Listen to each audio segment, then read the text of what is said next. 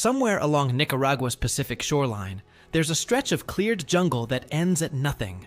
No port, no canal, no machinery, just a scar in the landscape where something enormous was supposed to begin. This was meant to be the western entrance of a $50 billion waterway that would have ended the Panama Canal's 110-year monopoly on interoceanic trade. It was backed by a Chinese billionaire, approved by Nicaragua's National Assembly in a vote that took less than 3 hours, and officially broke ground in December 2014, with marching bands and fireworks. Global shipping analysts called it the most ambitious civil engineering project of the 21st century, and then, almost overnight, it vanished from the news. What happened to the canal that was supposed to reshape global trade? The answer involves a stock market crash on the other side of the planet, a lake the size of a small country, and a concession law that technically still hands control of a sovereign nation's waterway to a company that may not exist anymore. For over a century, one waterway has held global shipping by the throat. The Panama Canal moves roughly 6% of all global maritime commerce. That number sounds small until you realize what sits inside it. Nearly 14,000 vessels a year, about $270 billion worth of cargo, and almost every container ship traveling between Asia and the US East Coast. When Panama runs smoothly, the global economy barely notices. When it doesn't, everyone feels it. During the 2023 drought, water levels in Lake Gatun dropped so low that the Canal Authority had to cut daily transits by nearly 40%. Shipping rates spiked. Waiting times stretched past 3 weeks. Some vessels paid auction fees above $4 million just to skip the queue. That year made something painfully obvious to governments from Washington to Beijing. Depending on a single waterway, in a single country, with a single climate vulnerability is a strategic problem. It's also the reason the Nicaragua Canal was never really about Nicaragua. It was about leverage, redundancy, a second door when the first one keeps jamming. In 2012, a Chinese telecom entrepreneur named Wang Jing walked into a meeting in Managua with a proposal that sounded absurd. His company, HKND Group, had been registered in Hong Kong only months earlier. He had no background in shipping, no experience in civil engineering, and no record of managing megaprojects. What he did have was roughly $10 billion in personal wealth, tied to a Chinese telecoms firm called Xinwei, and a pitch so audacious that Nicaragua's government approved it in record time. Under the deal, Wang's company would receive a 50-year concession to build and operate the canal, extendable to 100 years. HKND would control the route, adjacent ports, a free trade zone, an international airport, and even oil pipelines running parallel to the waterway. The Nicaraguan government would collect a share of profits that started at roughly 1% and increased over time. Critics called it the most generous infrastructure concession in modern Latin American history. Supporters called it the largest foreign investment any Central American country had ever secured. For Wang himself, the canal was supposed to be the transformation moment. A telecom billionaire becoming the man who moved global shipping. He told journalists he was inspired by the Panama Canal's engineers and wanted his name next to theirs. In 2014, he flew world leaders and journalists to the coast for a groundbreaking ceremony. Excavators moved dirt. Officials waved flags. The canal, at least on paper, was real. The proposed canal would carve a path 278 kilometers long from the Pacific to the Caribbean. That's more than 3 times the length of the Panama Canal. The route was designed to accommodate the newest generation of container ships, vessels, so massive they already couldn't fit through Panama's original locks and were straining even its expanded Neo-Panamax chambers. Nicaragua's canal was being built for ships carrying up to 25,000 standard containers. Imagine a vessel longer than 4 football fields, taller than a 20-story building, loaded with enough cargo to supply a medium-sized country for a week. That's what this waterway was supposed to welcome.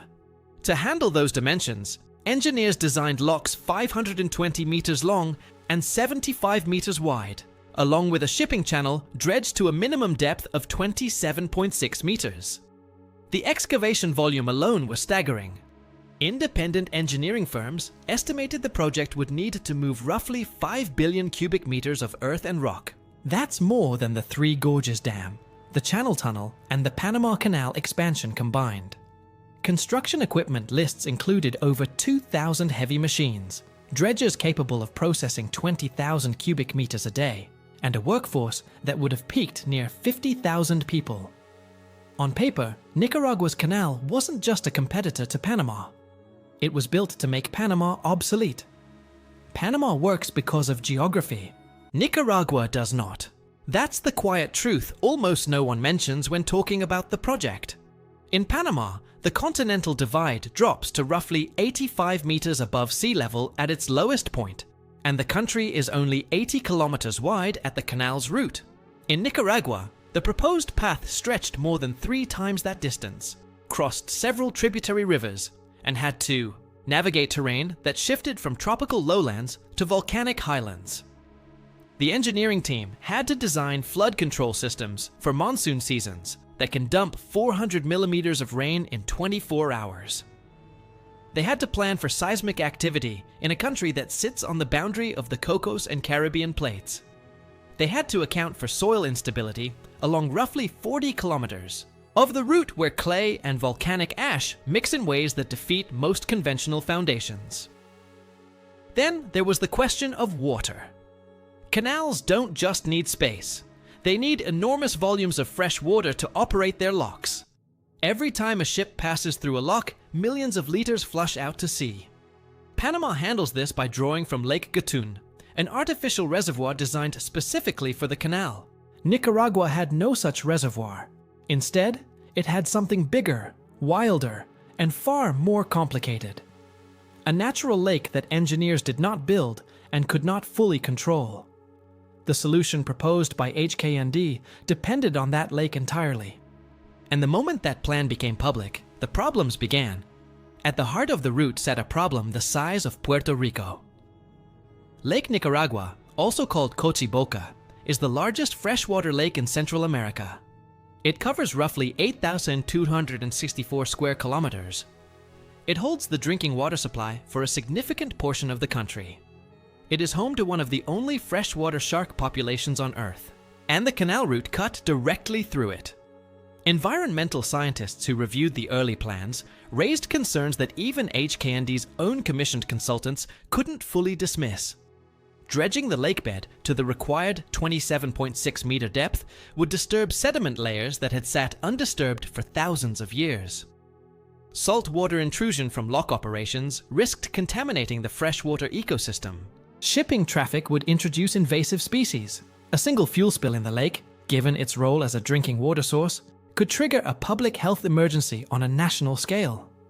Indigenous communities along the route, particularly the Rama and Creole populations on the Caribbean coast, filed legal challenges. Their ancestral lands would be cut through. Compensation offers, when they came, were described by community leaders as inadequate and poorly communicated. A study by a team of independent scientists published in 2015 warned that the ecological damage to Lake Cochiboca could be irreversible. HKND's response emphasized that mitigation plans were being developed. Those plans were never fully published. In the summer of 2015, something went wrong that had nothing to do with engineering. China's stock market experienced one of the steepest crashes in its history. Between June and August, Chinese markets lost roughly 3.2 trillion in value. Wang Jing was caught directly in the collapse. His personal wealth, tied heavily to Xinhui shares, reportedly fell by over 80% in a matter of weeks. Bloomberg estimated he lost around $9 billion. His company's ability to finance a $50 billion canal, already a stretch before the crash, became mathematically impossible overnight. HKND laid off most of its staff. Construction paused. The groundbreaking ceremony at Brito, on the Pacific coast, turned out to be the only significant physical work ever completed. Bulldozers cleared a few kilometers of access road. Some survey stakes went into the ground. That was essentially it.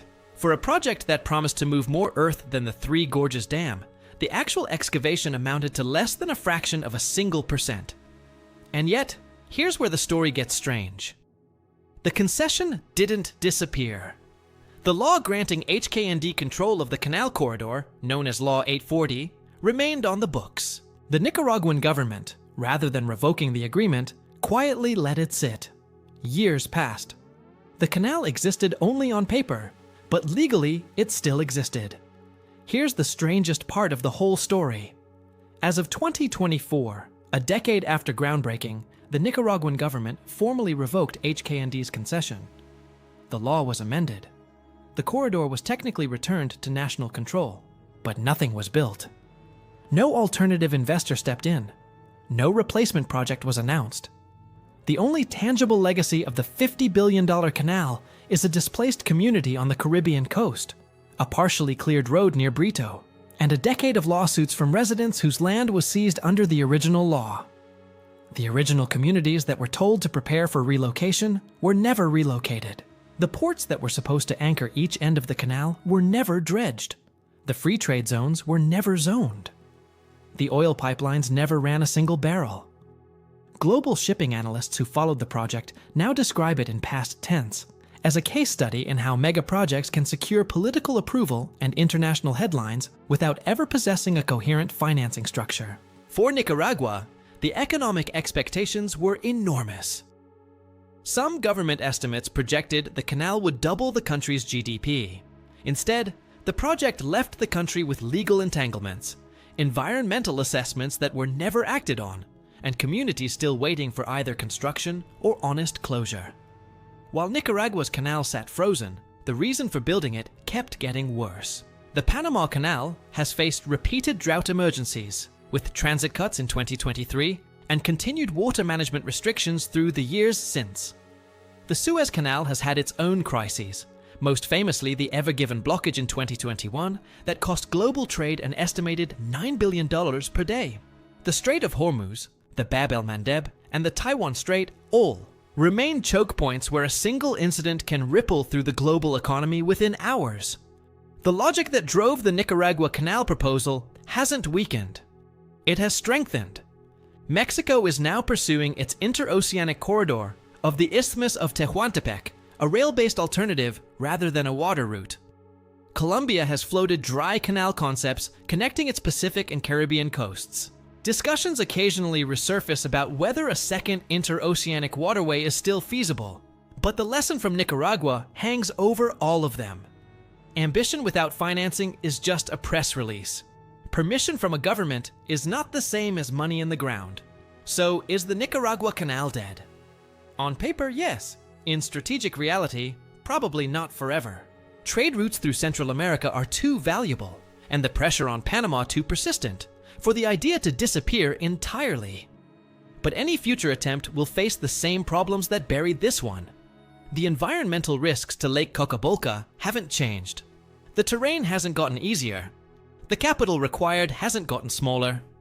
What Nicaragua's experience proved is that building an alternative to the Panama Canal is technically possible, but it demands something the 2013 project never had: patient capital, transparent planning, and a financing model that can survive a single bad quarter on a foreign stock exchange.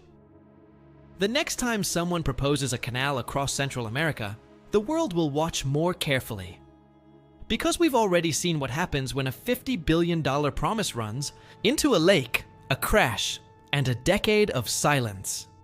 If stories like this interest you, stick around for more deep dives into the mega projects that shaped our world, and the ones that almost did.